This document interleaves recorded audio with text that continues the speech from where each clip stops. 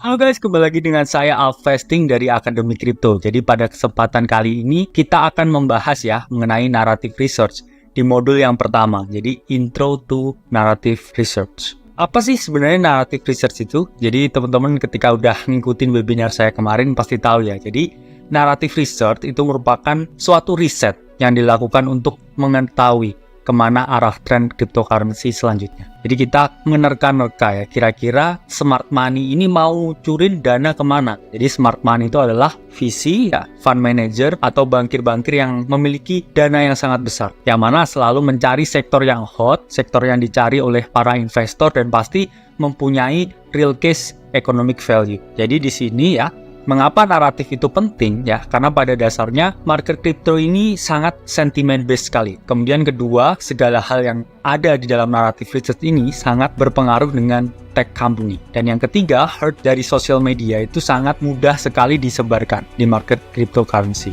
Pertama, kita ngomongin masalah sentiment based market. Jadi kalau kita ngomong ya, sebenarnya jujur market crypto ini masih sangat baik.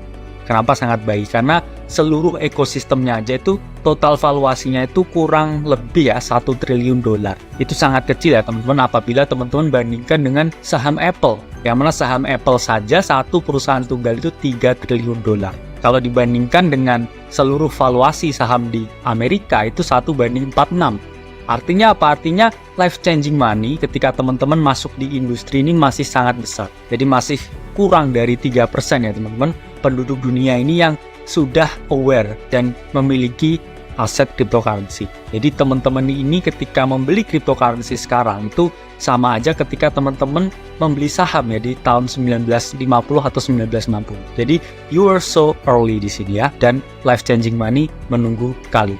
Ini ada cerita ya, ada beberapa anekdot ya, dan juga beberapa story yang kita pelajari ya. Pertama itu adalah love saga ya, antara Tesla dan juga Bitcoin. Jadi di Februari ya 2021 ini Tesla mengumumkan kalau mereka membeli Bitcoin dan akan menjadikan Bitcoin ya pertimbangan untuk pembayaran Tesla. Dan teman-teman lihat ya di sini ya, harga langsung meroket ratusan persen untuk Bitcoin. Dan Tesla sendiri berhasil ya membawa miliaran dolar ya masuk ke dalam ekosistem kripto. Kalau kita lihat ini benar-benar gila ya, karena ini cuma satu perusahaan. Ini membawa kita ke salah satu bull run yang paling besar ya dalam sejarah cryptocurrency itu sendiri. Kedua, ada love saga ya antara XRP dan SEC. Jadi SEC ini menuntut XRP dan menyatakan kalau Ripple ini adalah sekuritas. Jadi selama bertahun-tahun XRP ini melawan ya gugatan dari Ripple. Dan kemarin ya Juli 2023 XRP mengumumkan kalau mereka sudah menang sebagian gugatan dari SEC. Dan apa yang terjadi teman-teman? Harganya itu langsung pang teman-teman ya. 30% dalam 15 menit ya. Saya lihat langsung yaitu candlenya, dan juga 1 kali 24 jam ini pump sampai 100%. Ini kan luar biasa sekali teman-teman, sangat volatile. Jadi ketika teman-teman ya memasukkan posisi 10 juta, besoknya 1 kali 24 jam itu jadi 20 juta. Ketika teman-teman memasukkan 100 juta itu jadi 200 juta dan seterusnya. Ini menunjukkan bahwa kesempatan mencari uang teman-teman di pasar cryptocurrency itu sangat besar. Kemudian kemarin juga sempat ya ada naratif ya Chinese coin, di mana Februari 2023 yaitu ada desas-desus ya kalau misalkan seluruh koin-koin ya terbitan dari negara paman Sam dari Amerika itu akan dihapus semua, akan di delisting, sehingga ya para investor ini mencari ya kontradiksinya dari koin Amerika itu apa ya, itu adalah koin Cina ya. Kemudian investor ini berbondong-bondong ya mau beli koin Cina, dan apa yang terjadi? Bahkan salah satu koin dinosaurus yaitu adalah Neo ya, koin yang udah lama banget, ini naik teman-teman sampai 144% dalam waktu 1-2 bulan. Dan juga koin-koin naratif Chinese lain juga langsung pump semua teman-teman. Ini kan menunjukkan bahwa market ini ya masih sangat mudah ya untuk digerakkan dengan adanya suatu sentimen tertentu. Kemudian narrative research itu sangat erat dengan tech company. Jadi ketika teman-teman melihat altcoins, pada dasarnya teman-teman itu melihat real life tech company. Jadi apa yang dikerjakan oleh altcoins itu sebenarnya juga mirip dengan real life tech company. Cuman bedanya ya, kita based on blockchain ya, menggunakan Web3. Sementara real life tech company itu masih menggunakan Web2. Kalau kita lihat misalkan GameFi, apa bedanya ya project crypto GameFi dengan Konami atau Rockstar? Itu sama ya, cuman bedanya GameFi ini dia berjalan di atas jaringan blockchain. Begitu juga dengan Metaverse ya. Metaverse apa bedanya Meta ya? Perusahaan Meta dengan misalkan Sandbox atau Decentraland. Itu sama aja teman. Cuman bedanya ya, Sandbox dan Decentraland itu berjalan ya di atas jaringan Web3. Ya, kemudian project-project AI ya, ChatGPT ya, based on Web2 ya. Sementara misalkan project-project seperti Ocean ya, kemudian FET mereka berjalan di atas jaringan blockchain di web.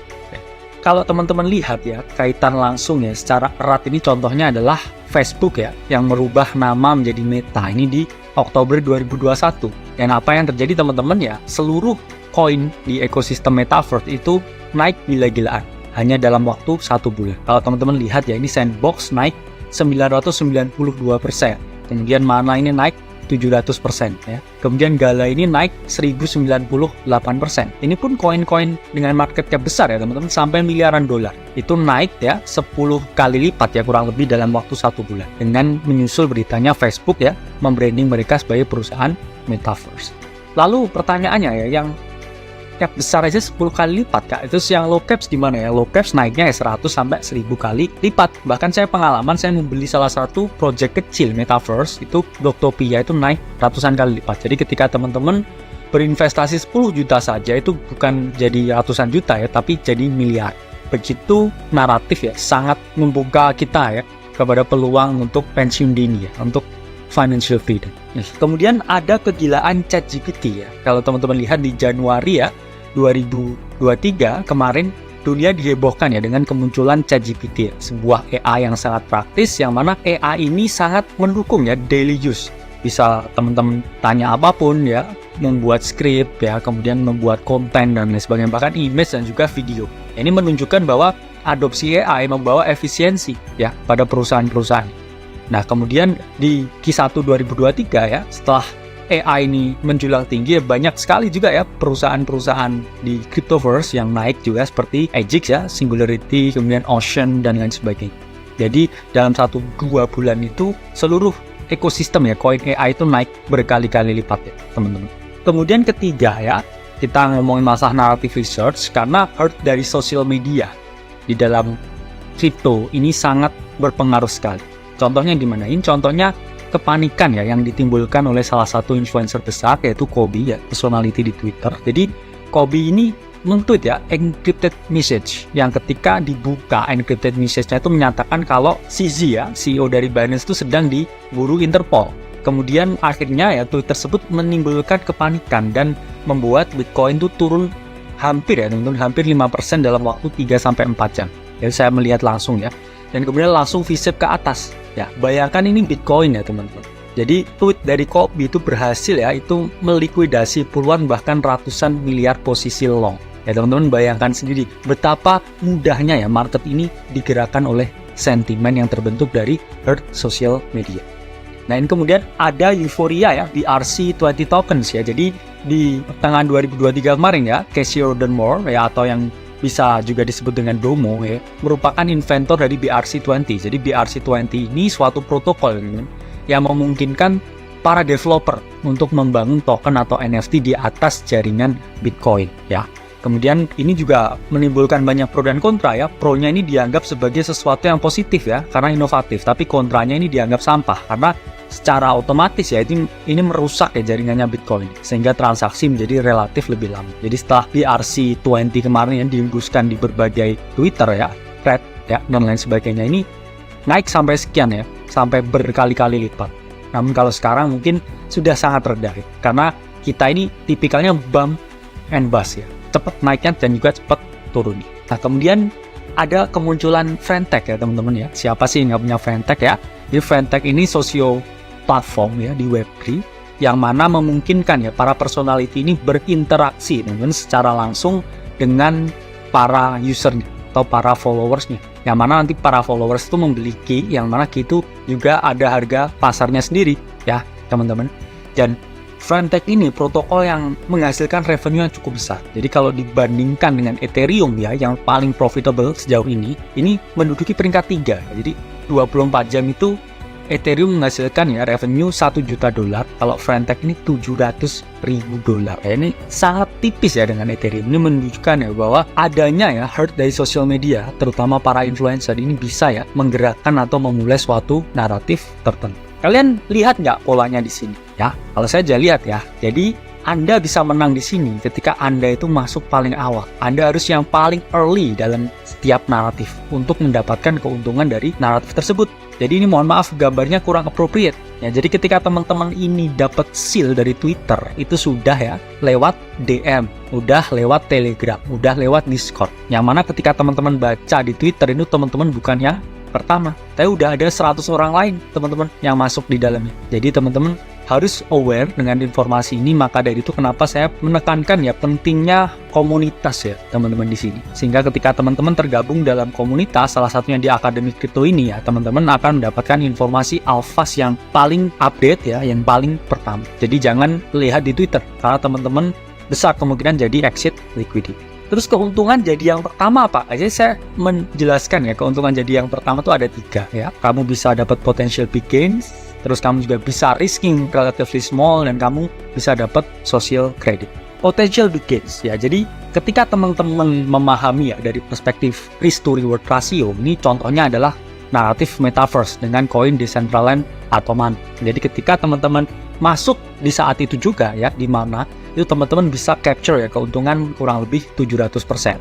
Tapi ketika teman-teman masuknya itu telat ya, 1 minggu, teman-teman itu hanya mendapatkan 100% atau double. Tapi ketika teman-teman telat ya 1 bulan, apa yang terjadi? Negatif 95% ya. Jadi ketika waktu ini sangat sensitif, teman-teman harus di detik itu juga ya mengeksekusi sesuatu.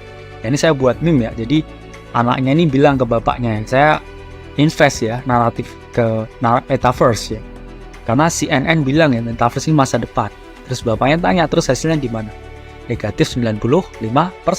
Jadi mereka yang masuk telat ya itu pasti ya, saya bilang pasti menjadi exit liquidity.